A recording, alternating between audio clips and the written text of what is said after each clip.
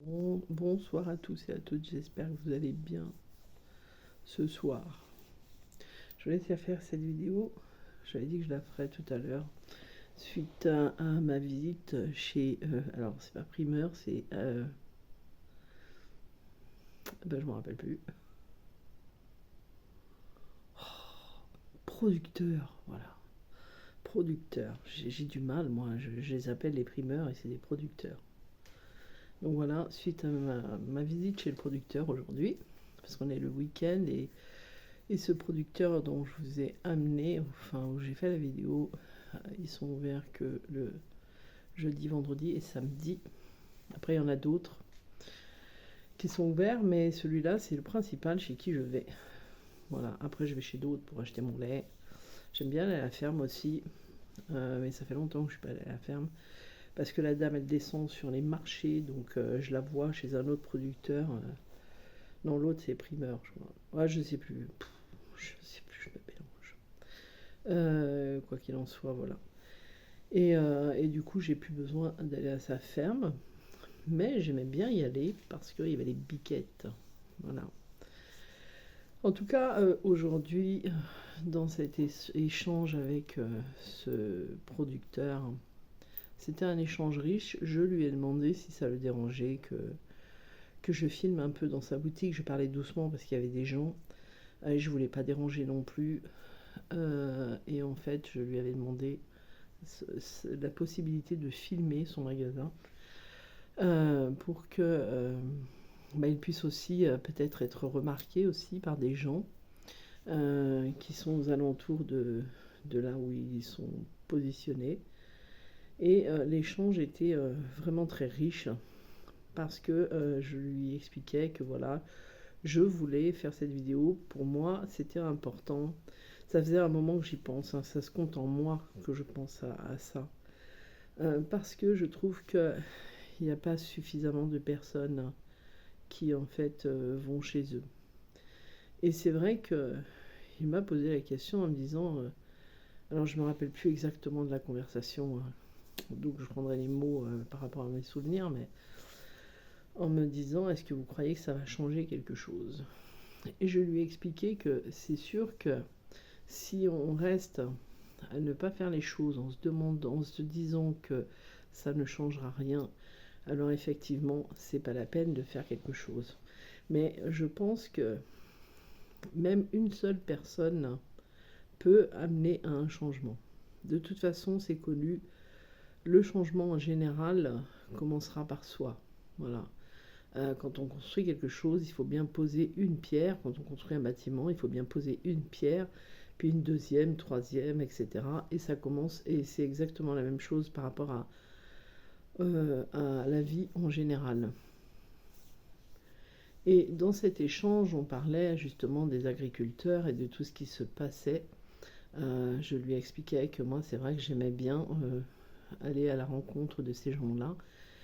Je l'ai déjà expliqué dans une autre vidéo. J'aime beaucoup aussi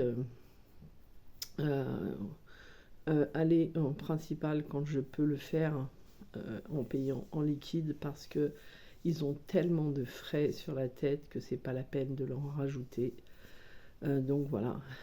C'est aussi le fait que je me suis intéressée il y a quelque temps au système des enveloppes pour me donner un coup de main dans la vie et je trouvais beaucoup plus intéressant de payer en liquide pour pouvoir faire certaines économies que de payer en carte bleue.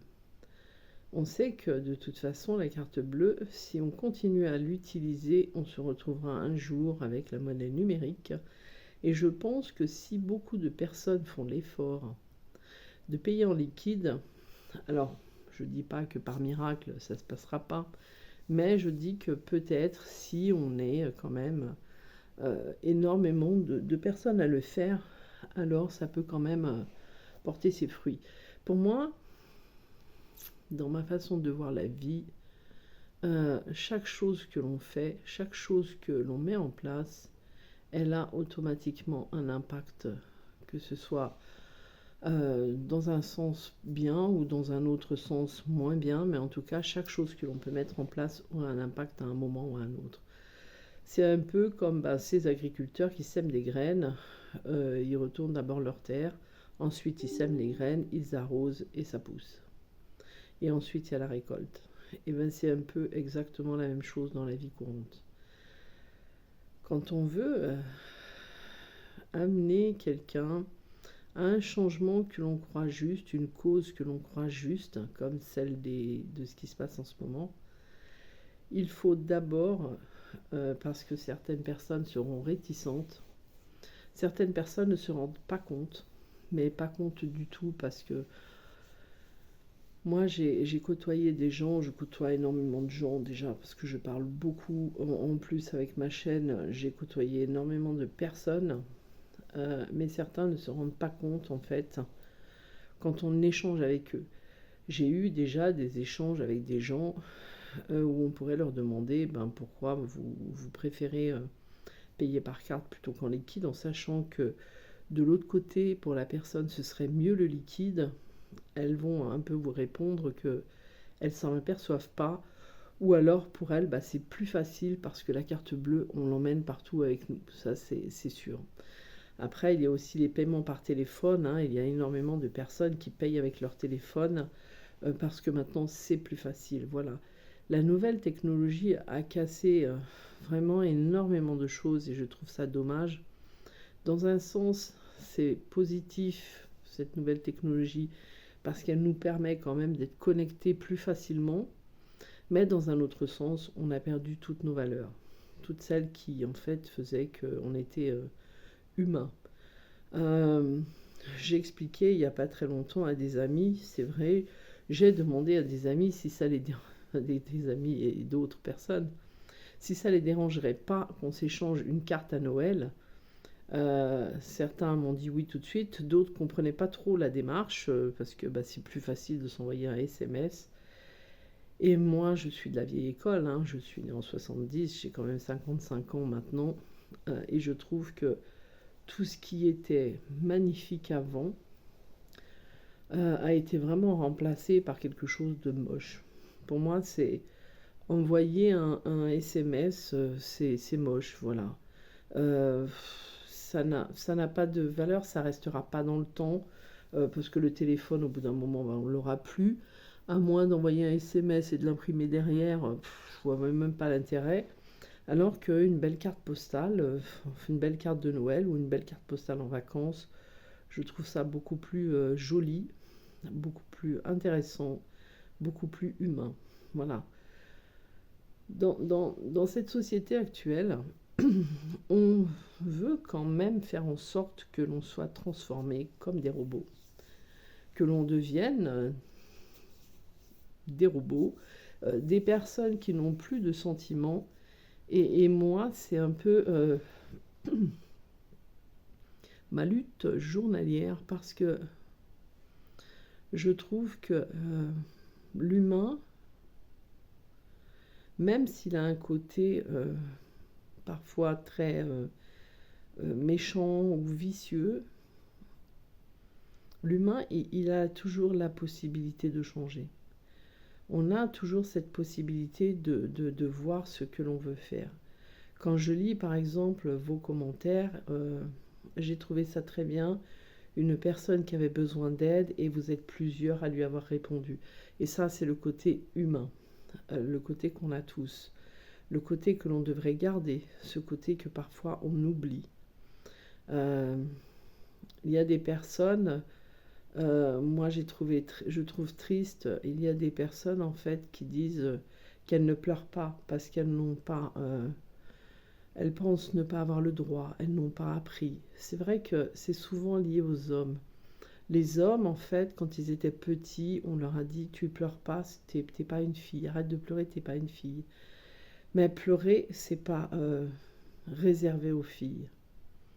Pleurer, c'est quand on a quelque chose à l'intérieur qui fait que cette émotion, elle est trop forte et c'est ce qui nous permet, en fait, de libérer ce qu'il y a à l'intérieur de nous qui peut nous amener à une grosse colère ou à une tristesse ou à ressentir des fois une injustice ou à ressentir une trahison et qu'on veut libérer.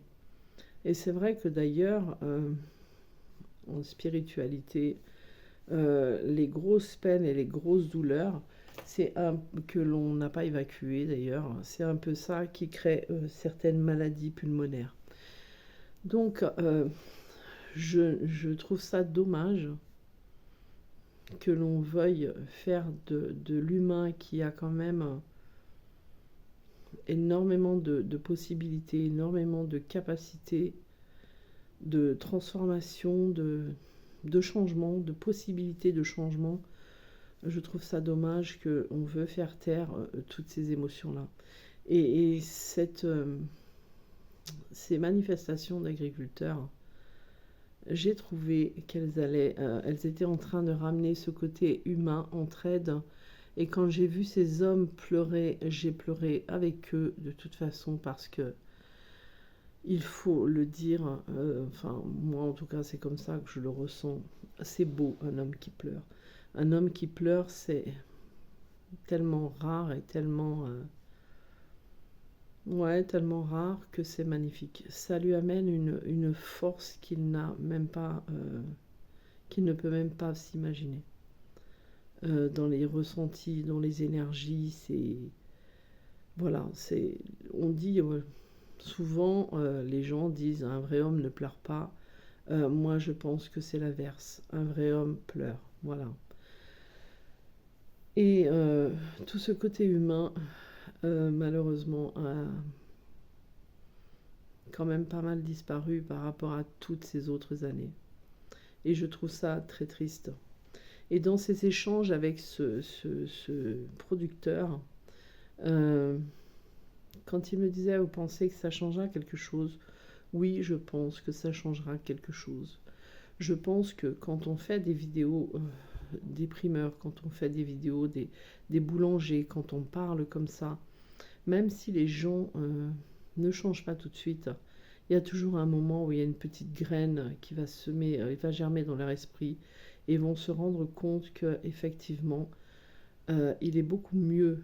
Alors moi, c'est mon avis. Hein, après, voilà, il est beaucoup mieux d'aller voir un boucher, un boulanger, poissonnier, peu importe, d'aller discuter avec eux, euh, que d'aller vous voyez, même dans les grandes surfaces, parce que des fois, moi je vais dans les grandes surfaces, ça m'arrive. J'y vais quand j'ai besoin de certains produits, mais j'ai du mal avec ces caisses où il n'y a pas de l'autre côté l'échange avec le caissier ou la caissière. Ces caisses qui sont en fait toutes seules comme ça, où on paye, je trouve ça vraiment dommage. Et j'ai pas envie que l'on arrive à un monde comme ça. J'ai pas envie que mes enfants vivent dans un monde comme celui-là. J'ai pas envie que mes petits-enfants vivent dans ce monde-là non plus. J'ai élevé 5 enfants, j'ai pas fini, hein, j'en ai encore 2, voilà. J'élève mes enfants de sorte à ce qu'ils soient capables de,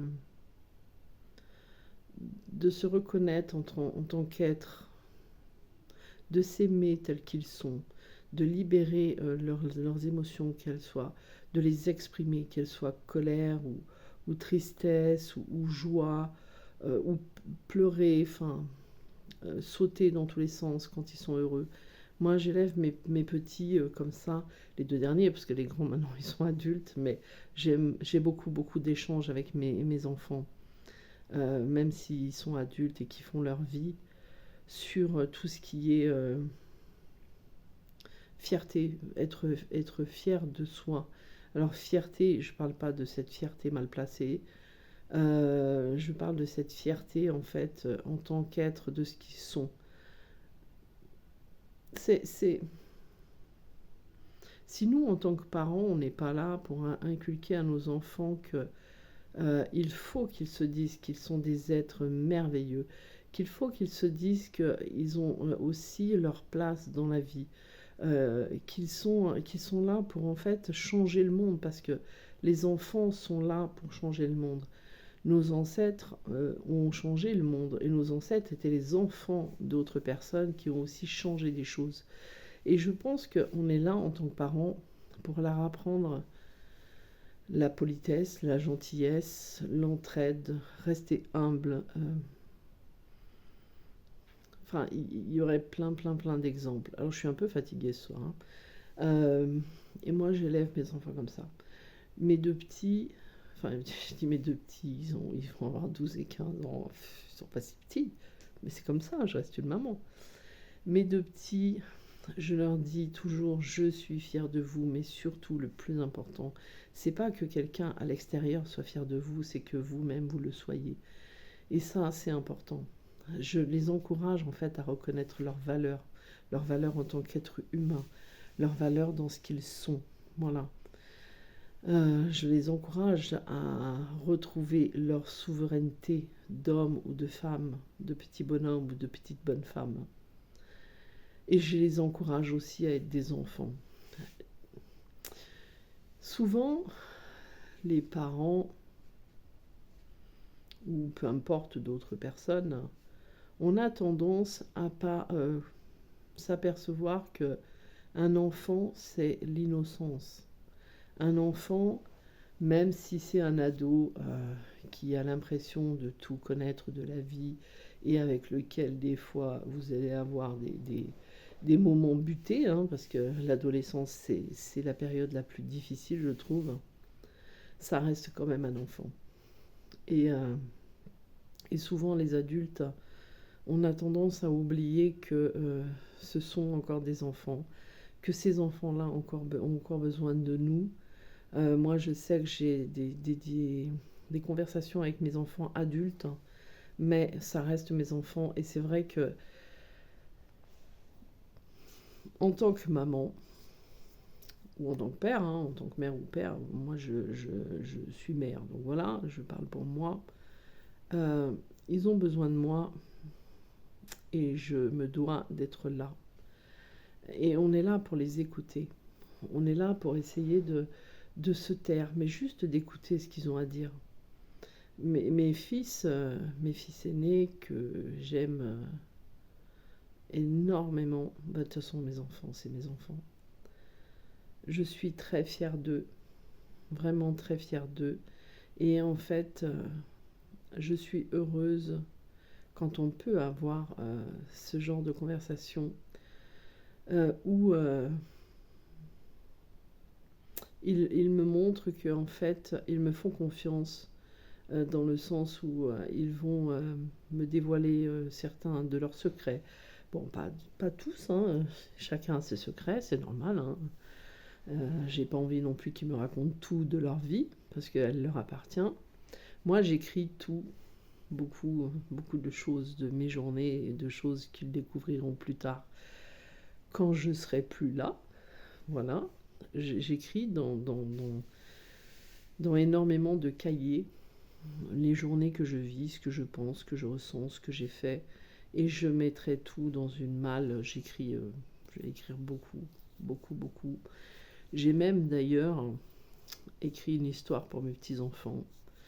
Un livre, voilà, que j'ai pas encore terminé de mettre à jour, mais j'ai écrit un petit livre pour mes petits-enfants. Oups, excusez-moi, pour mes enfants aussi, parce que je sais bien qu'ils le liront. Décidément, que je voudrais publier. Bon, après, publier où, je ne sais pas trop. Je verrai. Je sais que, bon, certains, ça leur plaît. Enfin, moi, ça me plaît pas plus que ça, mais c'est vrai qu'il y a des sites internet qui le font, donc je verrai à ce moment-là, parce qu'on fait chacun comme on peut. J'aime pas avoir du jugement. Je sais que, comme je disais, on voit beaucoup de choses sortir maintenant. J'aime pas avoir le jugement au niveau des gens, de ce qu'ils font, est-ce que c'est bien ou est-ce que ça ne l'est pas.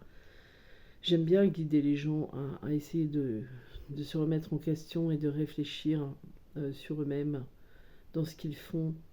Là, on parle, c'est vrai qu'on voit, alors il y a le côté de ceux qui mangent la viande, ceux qui mangent pas la viande. Moi, je prends pas part. Je prends pas part. Je suis pas quelqu'un qui en mange beaucoup, mais je suis pas quelqu'un qui n'en mange pas du tout. J'en mange un peu, voilà, et c'est comme ça. Euh, J'ai eu arrêté hein, d'en manger pendant 3 ans à une époque, parce que j'en avais plus du tout envie. Et je pense qu'on ne peut pas, en fait, imposer notre façon de penser à quelqu'un, notre façon d'être. On ne peut pas. Nous sommes des êtres humains, mais nous sommes chacun uniques. Et je ne peux pas prendre part en me disant manger de la viande c'est mal. Je ne peux pas prendre part en me disant ne pas en manger c'est bien. Parce que on est tous différents. On est tous différents. Moi, je sais que j'en ai pas mangé pendant plusieurs années, comme je l'ai dit, et j'en ai eu mangé avant, beaucoup, voilà. Ensuite, beaucoup moins, mais c'était selon mon état d'esprit, selon moi, voilà. Et du coup, j'ai pas envie de prendre part dans ces dilemmes-là. Qui sont en train de ressortir, hein, parce qu'il y en a certains qui se font un peu attaquer, certains youtubeurs, parce que, bah voilà, la viande, les animaux, voilà. Et moi, je peux pas, voilà. Euh, je suis plutôt dans le sens de dire que si vous sentez que ben, vous avez envie de manger de la viande, alors vous en mangez. Si vous ressentez ne pas avoir envie, alors vous ne le faites pas. Voilà. C'est comme les chasseurs, beaucoup sont contre les chasseurs, d'autres sont pour. Moi, je suis entre les deux. C'est comme je me dis, je ne suis pas eux, je ne suis pas à leur place. Voilà. Si j'étais eux, je ne sais pas ce que je ferais, mais en attendant, je ne le suis pas. La seule chose que j'aimerais que certains comprennent, parce que des fois, certains, c'est comme tout, sont des sagouins, ce que j'aimerais, c'est que l'humain, il arrive à avoir la conscience, en fait, de ce qu'il fait. Et que dans ces cas-là, il arrive à le faire au mieux. Voilà, au mieux pour soi, mais au mieux pour les autres et au mieux pour les animaux. Donc, je n'ai rien contre ces gens-là, puisque ben, je ne suis pas à leur place. Quand on voit dans les villages, ils connaissent ça depuis qu'ils sont petits, depuis qu'ils sont enfants. C'est des enfants de chasseurs, voilà. Ils sont devenus chasseurs et c'est comme ça. On ne peut pas juger pour quelque chose qui est de l'enfance, même si on a du mal.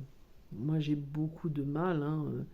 Je suis quelqu'un de très sensible, donc je ressens les animaux et c'est vrai que quand j'entends les coups de feu comme ça à tout va, bah, bien évidemment, ça me fait quelque chose. Dans ces cas-là, je préfère rester chez moi, voilà, pour entendre un minimum.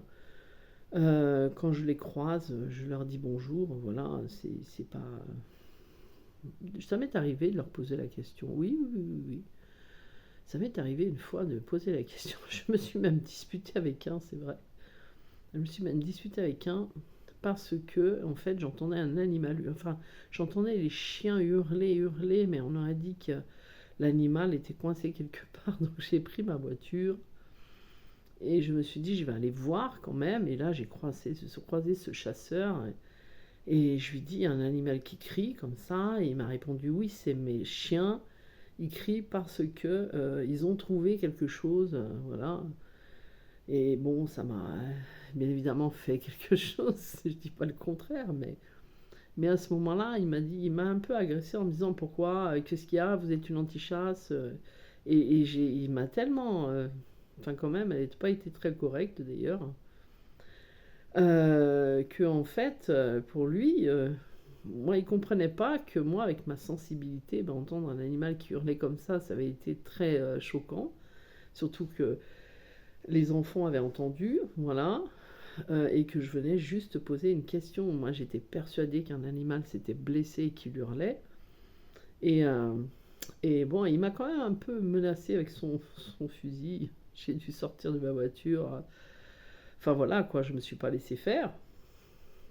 Mais vous voyez, on peut pas. Ou alors un autre qui m'a sorti, toi, ta place, elle est dans la cuisine. Oui, c'est vrai. Ta place à toi, elle est dans la cuisine. Je lui ai dit, ben, ce qu'on va faire, c'est que vous venez devant moi pour me le dire. Il n'est jamais venu. Mais voilà, je me dis, ces gens-là, ils sont nés comme ça. On ne peut pas juger de ce qu'ils ressentent. Si un jour ils doivent changer, ils changeront, mais c'est pas à nous de juger. Voilà. les, toutes les personnes aussi qui mangent de la viande, moi je ne peux pas juger. Voilà, moi j'en mange un peu et donc je ne peux déjà par rapport à ça pas juger du tout. Pour le reste, c'est pareil. Voilà. Mais c'est vrai que là où je suis un peu, beaucoup même, en observation, c'est de tout ce qui se passe. Et tout ce qui se passe en ce moment, c'est quelque chose qui est en train d'amener un changement. Parce que les gens commencent à se réveiller. Les gens commencent à voir que ils ne peuvent plus se laisser faire. Alors, je ne suis pas pour la violence. Voilà. Je pense que quand on est suffisamment à être dans la confiance en soi, qu'on est vraiment souverain de qui on est capable de faire beaucoup de choses sans avoir besoin de rentrer dans la violence.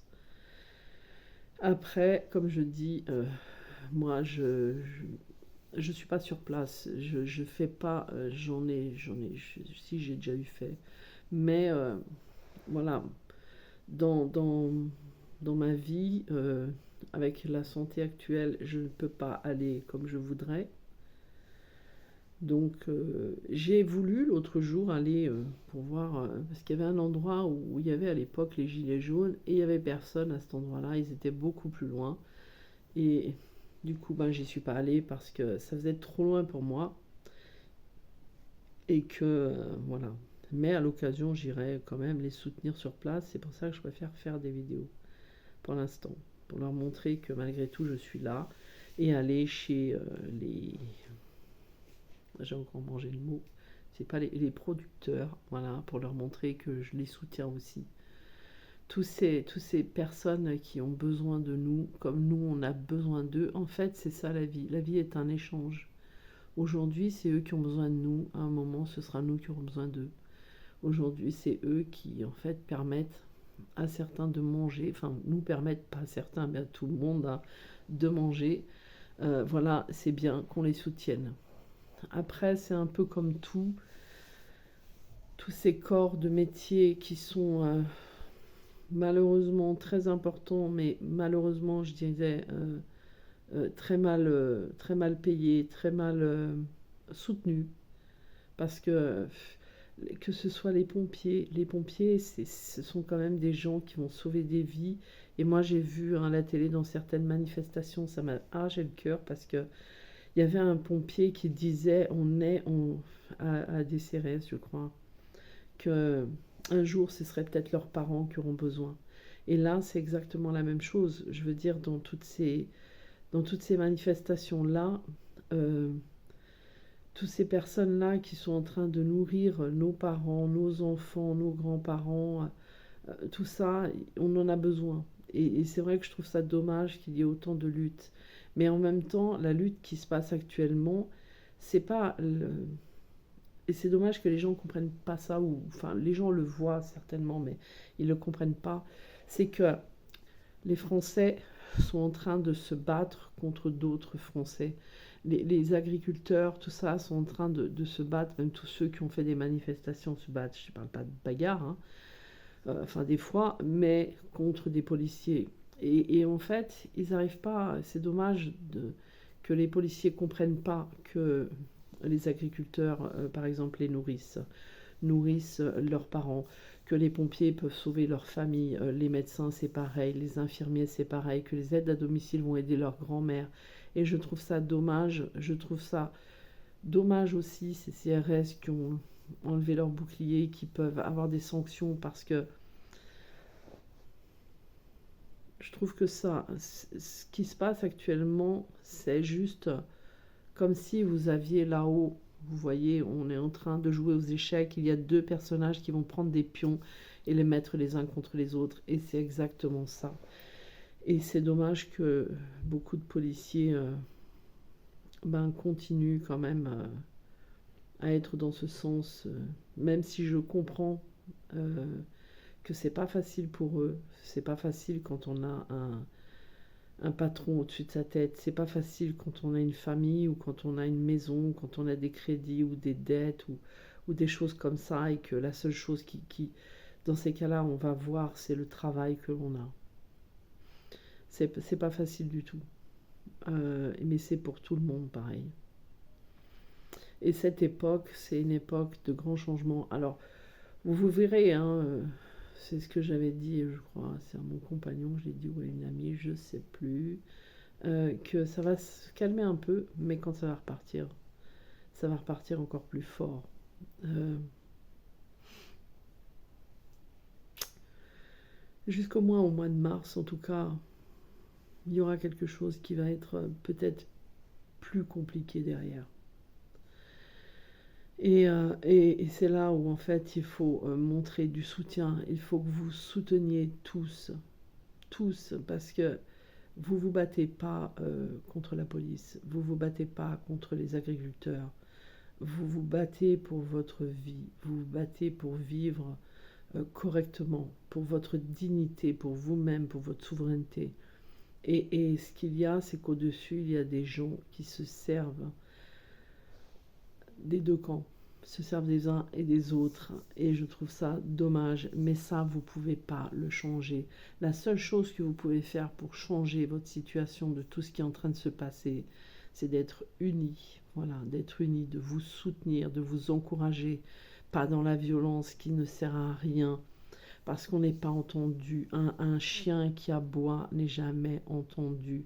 Et un chien qui aboie, c'est celui qui fera le moins peur. Voilà. Moi, je ne vous compare pas à des animaux, hein. C'est une expression, c'est pour vous montrer. Voilà. Il vaut mieux se méfier de quelqu'un qui est silencieux que de quelqu'un qui crie tout le temps. Et donc là, c'est exactement la même chose. La violence n'amènera à rien d'autre que de la violence et vous ne serez pas écouté.